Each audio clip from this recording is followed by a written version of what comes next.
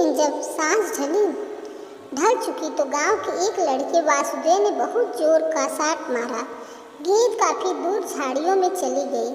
राजू दौड़ता हुआ उस तरफ जाने लगा, लेकिन जैसे ही वह थोड़ी दूर गया उसे सन्नाटे और हवा से हिलती झाड़ियों से डर लगा और राजू बिना गेंद लिए ही लौट आया।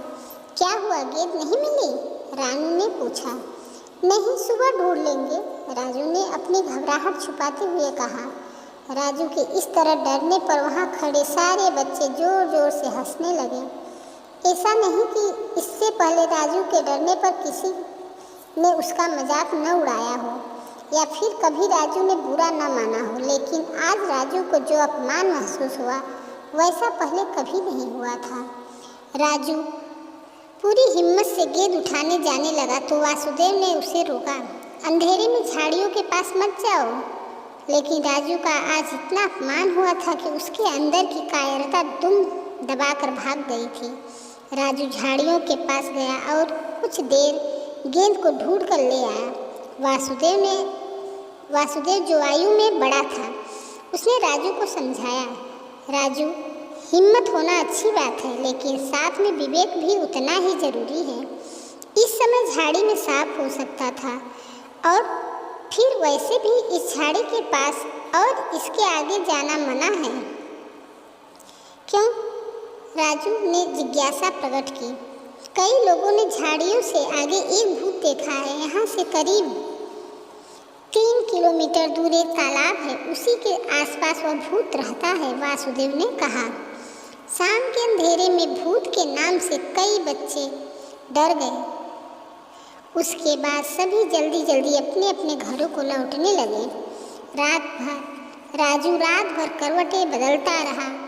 उसे रह रह कर अपने विज्ञान टीचर की बात याद आती रही। भूत प्रेत नामक किसी चीज का आज तक कोई भी निश्चित प्रमाण नहीं मिला है। वास्तव में ये सभी बेकार की वहम है। फिर राजू एक बात पूरी तरह हावी हो गई। अगर मैं इस भूत के रहस्य को सही ढंग से सुलझा दूँ तो सभी लोग हमेशा के लिए मुझे बहादुर लड़का मानना शुरू कर देंगे। बस इन्हीं विचारों में खोया खोया राजू आधी रात के बाद सो पाया। सुबह जब वह उठा और उसने ये बातें रेखा, रानू और बंटी को कही तो सब ने राजू को यही कहा कि वह इस चक्कर में न पड़े, लेकिन राजू वह तो निश्चय कर चुका था। राजू के इस दृढ़ निश्चय को देखकर बाकी तीनों भाई बहनों ने भी उसका साथ देने का वचन दिया। अब इन चारों की एक टीम तैयार हो गई जो भूत का रहस्य जानने को उत्सुक थी। दोपहर के समय 1 बजा। खाना खाकर दादा दादी व माता पिताजी पीछे वाले कमरे में सोने चले गए। चारों बच्चे चुपके से घर से निकलकर कुछ ही देर खेल के मैदान में आ गए। अब उन्होंने धीरे धीरे चलना शुरू किया और फिर झाड़ियों के पास आकर रुक गए। उन्होंने चारों तरफ नज़र घुमाकर देखा। हर तरफ सिर्फ तेज धूप थी। इक्की दुक्की बैलगाड़ियों और घने पेड़ों के नीचे बैठ जुगाली करते कुछ जानवरों के अलावा दूर दूर तक कोई दिखाई नहीं दिया। चारों बड़े बच्चे झाड़ियों को पार कर आगे बढ़ गए। घनी झाड़ियाँ पार करने के बाद बच्चों को एक पगडंडी दिखाई दी। आसपास झाड़ियाँ और बबूल, पीपल और बरगद के पेड़ थे। पगडंडी पथरीली और धूल भरी थी। चारों तरफ सन्नाटा छाया हुआ था। बंटी तो अभी से ही घबराकर वापस लौटने की सोचने लगा, लेकिन तीनों ने उसे समझा बुझाकर आगे चलने के लिए तैयार किया। अब चारों ने पूरी सावधानी के साथ आसपास देखते हुए बढ़ना शुरू किया। थोड़ी दूर चलने पर पेड़ों का घनापन और बढ़ गया। कहीं कहीं झिंगुर बोल रहे थे। करीब आधा घंटा लगातार चलने के बाद वे काफ़ी दूर निकल गए थे। जब उन्हें यह एहसास हुआ कि तालाब अब कहीं नज़दीक ही होगा तो उनके दिल की धड़कनें बहुत तेज हो गई। फिर कुछ देर और चलने के बाद रानू ने एकाएक कहा, वो देखो तालाब। चारों बच्चे सब होकर घने पेड़ों के पत्तों के पीछे धूप में चमकता हुआ तालाब देखने लगे। अचानक रेखा के मुंह से जोर की चीख निकल गई। वास्तव में उसके ठीक सिर के ऊपर से कुछ पंछी एक पेड़ से उड़कर दूसरे पेड़ पर जा बैठे थे। फिर कुछ ही देर में शांति छा गई। राजू ने ध्यान से उस पूरी जगह को देखना शुरू किया। पगडंडी के खत्म होते ही थोड़ा नीचे की तरफ उतरकर वह तालाब था। तालाब काफ़ी फैला हुआ था और गर्मी होने के बावजूद उसमें बहुत पानी था। आसपास बिल्कुल सन्नाटा था। ऐसा लगता था जैसे बहुत वर्षों से यहाँ कोई ना आया हो। तभी राजू को बाईं तरफ एक झोपड़ी नजर आई। जब राजू उस तरफ जाने लगा तो तीनों बच्चों ने उसे समझाया, इतना आगे जाना खतरनाक हो सकता है। लेकिन राजू तो इस रहस्य पर से पर्दा उठाने का निश्चय कर चुका था। फिर सभी इधर उधर देखते हुए झोपड़ी के पास पहुंच गए। झोपड़ी कुछ लकड़ियों और घास फूस से बनाई गई थी। राजू ने आवाज़ दी, कोई है? सभी के दिल बहुत तेजी से धड़क रहे थे। राजू ने फिर आवाज़ दी, कोई है? लेकिन इस बार भी कोई निकलकर नहीं आया तो राजू पूरी हिम्मत करके झोपड़ी में घुस ही गया। झोपड़ी के अंदर कुछ सामान फैला हुआ था। एक दो कटोरियाँ और दूसरे बर्तन एवं एक फटा कंबल। कुछ देर वहाँ रहने के बाद चारों को जब कोई सुराग नहीं मिला, वे सभी शाम 5 बजे घर लौट आए। रात को खाना खाने के बाद चारों बच्चे आपस में धीरे धीरे बातें करने लगे। आखिर में यह तय हुआ कि कल चारों दोपहर में 3 बजे तालाब पर जाएंगे और शाम तक उस भूत को ढूंढकर ही दम लेंगे। बस यही सब बातें करते हुए उन्हें नींद आ गई। दूसरे दिन 3 बजे चारों बच्चे घर से निकल पड़े। फिर वही पगडंडी, घने पेड़ और आखिर में तालाब। चारों तालाब के पास पहुंचकर रुक गए। हर तरफ गहरा सन्नाटा छाया हुआ था। राजू ने झोपड़ी की तरफ देखा। उसे वहाँ एक कपड़ा हिलता हुआ लगा। राजू धीरे धीरे झोपड़ी की तरफ बढ़ने लगा। बाकी तीनों बच्चे घबराहट में इधर उधर देख रहे थे। वास्तव में आसपास का माहौल ही था ही इतना रहस्यमय कि किसी को भी वहाँ घबराहट होने लगता। राजू धीरे धीरे झोपड़ी की तरफ जा रहा था। तभी झोपड़ी में से कंबल ओढ़े एक आकृति बाहर निकली और उसने अचानक राजू के सिर पर पत्थर दे मारा। राजू के सिर से खून बहने लगा। लेकिन राजू वह उसी तरफ निडर खड़ा रहा। अब बाकी तीनों बच्चे भी राजू के और करीब आ गए। कुछ देर तक वह आकृति राजू एक दूसरे से के सामने खड़े रहे। फिर अचानक वह आकृति चिल्लाई, यहाँ से भाग जाओ, नहीं तो मैं तुम चारों को मार डालूंगा। लेकिन राजू और तीनों उसी तरह खड़े रहे। फिर राजू ने धीरे धीरे आगे बढ़ना शुरू किया। आकृति अब पीछे हटने लगी। अचानक एक झटके से राजू के उस आकृति का कंबल खींच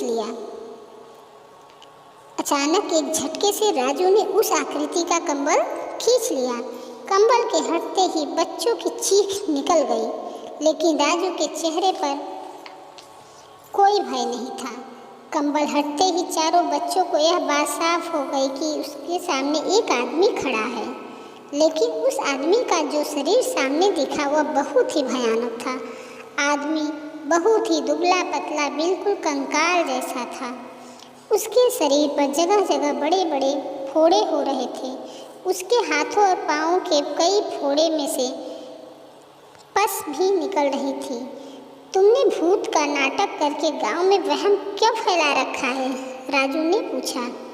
वह आदमी कुछ देर सोचता हुआ चुपचाप खड़ा रहा। फिर उसने चारों बच्चों से कहा, मैं तुम लोगों को कोई नुकसान नहीं पहुंचाऊंगा। यहाँ शांति से बैठ जाओ। मैं तुम्हें अपनी कहानी बताता हूँ कि मैं यहाँ ऐसे क्यों रहता हूँ। लेकिन पहले अगर तुम में से किसी के पास कोई कपड़ा हो तो इसके सिर में बांध दो, क्योंकि खून अभी भी निकल रहा है। रानू ने अपना रुमाल राजू के सिर पर बांध दिया। वह आदमी भी जमीन पर बैठ गया और उसने धीमी आवाज़ में कहना शुरू किया, मैं पहले इसी आरूद गांव में रहता था और खेती करता था। करीब 11 साल पहले गांव में मलेरिया फैला। पहले मलेरिया ने मेरी 2 साल की बेटी की जान ले ली। गांव में कोई डॉक्टर तो था ही नहीं। हाँ, एक कंपाउंडर जरूर था, लेकिन मलेरिया फैलने के 2-3 दिन के अंदर वह भी यहाँ से भाग खड़ा हुआ।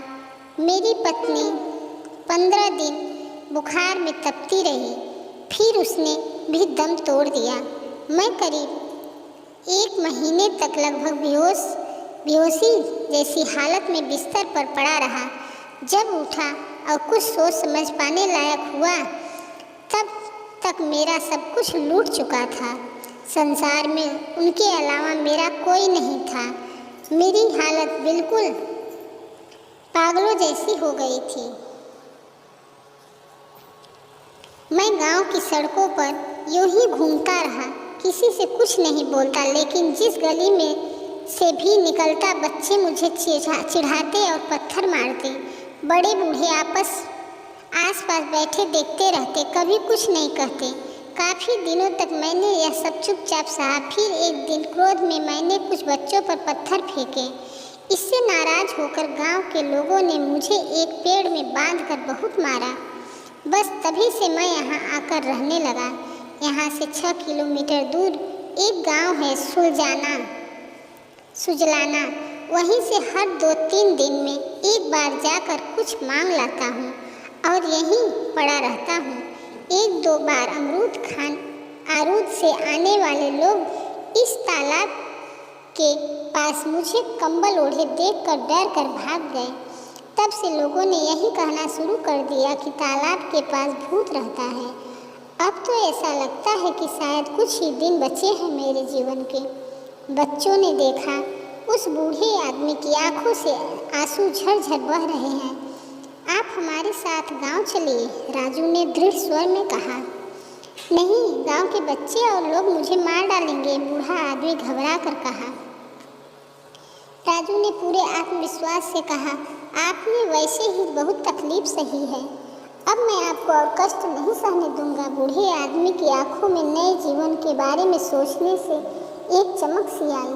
चारों बच्चे उस बूढ़े आदमी को लेकर गांव की तरफ चल दिए।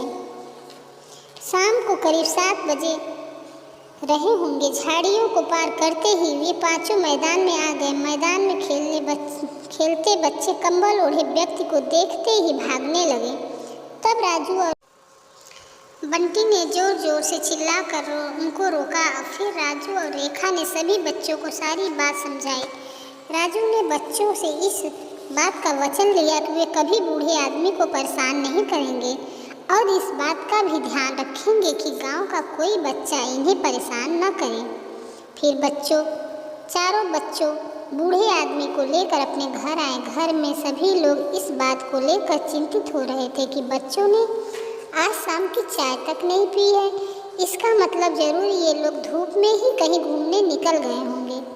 लेकिन जब उन्होंने बच्चों के साथ एक बूढ़े आदमी को देखा तो वे अचंभे में पड़ गए।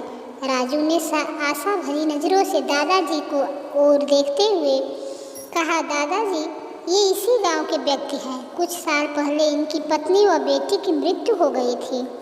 गांव के लोगों ने इन्हें बहुत परेशान किया, इसलिए ये पिछले कई वर्षों से तालाब के किनारे अकेले रह रहे हैं।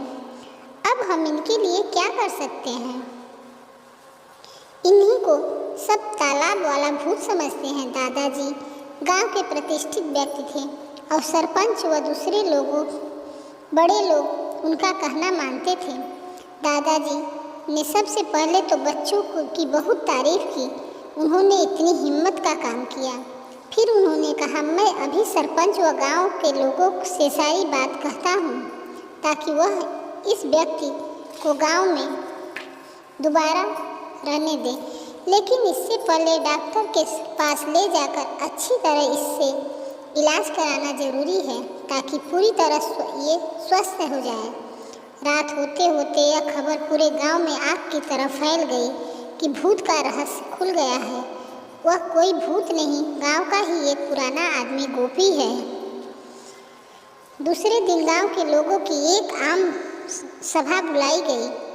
गांव के लोगों ने इस बात का ध्यान रखने को कहा कि वे गोपी की सहायता करें। वह बच्चों को समझाएं कि उसे परेशान न करें।